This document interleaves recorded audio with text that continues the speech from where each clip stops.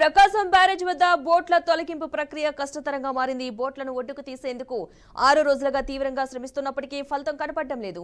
అబ్బుల బృందం ఒక పడవను కూడా బయటకు తీసుకుని రాలేకపోయింది. దీంతో మరో ప్రణాళికను బెకమ్ సంస్థ అమలు చేయాలని నిర్ణయించింది. 2 భారీ పడవలను గడ్డర్లతో కలిపి ఇంజనీర్లు అనుసంధానిస్తున్నారు.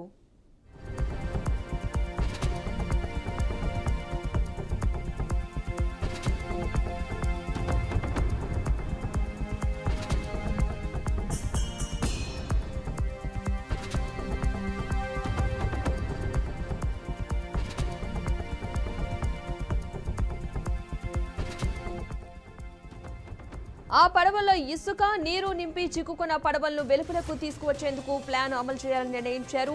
ప్రకాశం బ్యారేజ్ వద్ద అడ్డుపడి చిక్కుకుపోయిన పడవల తొలగింపు ప్రక్రియ 6వ రోజు కూడా కొనసాగుతోంది. పడవలను ఒడ్డుకు తీసుకువచ్చేందుకు ఇంజనీర్లు, అధికారులు, బోట్లు వెలికి తీసే నిపుణులు తీవ్రంగా శ్రమిస్తున్నారు. ఇసుక ఇరుక్కోవడంతో బోట్ల వెలికితీత ప్రక్రియ మరింత సంక్లిష్టంగా మారినట్టుగా తెలుస్తోంది.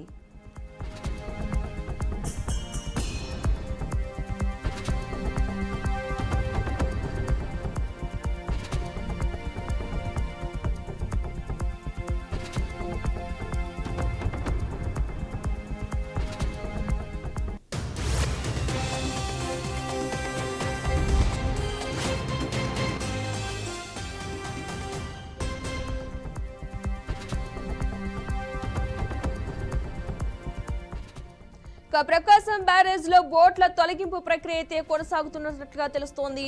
ఆ బోట్ల తొలగింపు పనులు కష్టతరంగా మారినట్లుగా సమాచారం అందుతుంది. ఇది అంశానికి సంబంధించిన పూర్తి సమాచారాన్ని మా ప్రతినిధి శ్రీనివాస్ అందిస్తారు. శ్రీనివాస్, మొత్తం మీద చూస్తే కృష్ణా బ్యారేజీ కొట్టుకొచ్చినటువంటి వరదలు కొట్టుకొచ్చిన బోట్లు ఏవైతే ఉన్నాయో ఈ బోట్లకు సంబంధించి మొదట పెద్ద వివాదం నడుస్తున్న పరిస్థితి కనిపిస్తుంది. ఆ బోట్ల నిర్వహణ మీద ఇప్పటికే కేసులు పెట్టడం, అదే విధంగా వాళ్ళని అరెస్ట్ చేయడమే కాకుండా ఉద్దేశపూర్వకంగా బోట్లని అక్కడికి పంపించడం ద్వారా ప్రకాశం బ్యారేజ్ డ్యామేజ్ చేసి నగర ప్రజలను ఇబ్బంది పెట్టాలనుకున్నారు అనే అంశం నడుస్తూ ఉంటే అసలు ముందు ఆ బోట్లను తొలగించడానికి ఏపీ ప్రభుత్వం కష్టాలు పడుతుందని కూడా చెప్పుకోవచ్చు.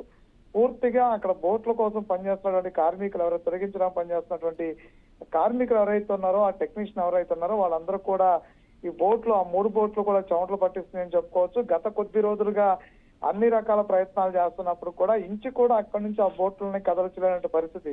ఇప్పటికీ అన్ని రకాల పరికరాల మాత్రమే కాకుండా గ్యాస్ కట్టర్ల ద్వారా పూర్తిగా కట్ చేసి తొలగించవచ్చు అనుకున్నారు. అయితే అన్ని అంశాలని పరిశీలించిన తర్వాత కూడా ఏది కూడా సాధ్యపడలేనటువంటి పరిస్థితి ప్రస్తుతం అక్కడ కనిపిస్తుంది. అయితే నిన్నటి వరకు కూడా పెద్ద ఎత్తున ఈ బోట్లు తొలగించడానికి పెద్ద ఎత్తున శ్రమించారు. అయితే నిన్న ఆ నుంచి ఈ బోట్ల తొలగింపు సంబంధించి కొంతవరకు బ్రేక్ పడింది అనుకుని చెప్పుకోవచ్చు. ఎందుకంటే నిన్నటి వరకు కూడా శ్రమించిన ఫలితం ఏది కూడా దక్కకపోవడంతో మరొకసారి దాని మీద నిపుణులతో మరొకసారి చర్చలు జరుపుతున్నారు. పూర్తి స్థాయిలో వాటిని ఎలా తొలగించవచ్చు అనే దాని మీద మరొకసారి చర్చలు జరుపుతున్న నేపథ్యం కనిపిస్తుంది. అయితే బోట్లకు సంబంధించిన వ్యవహారం ఏదైతే ఉందో ఆ బోట్ల తొలగింపు అంత ఈజీ కాని నేపథ్యం కూడా కనిపిస్తుంది.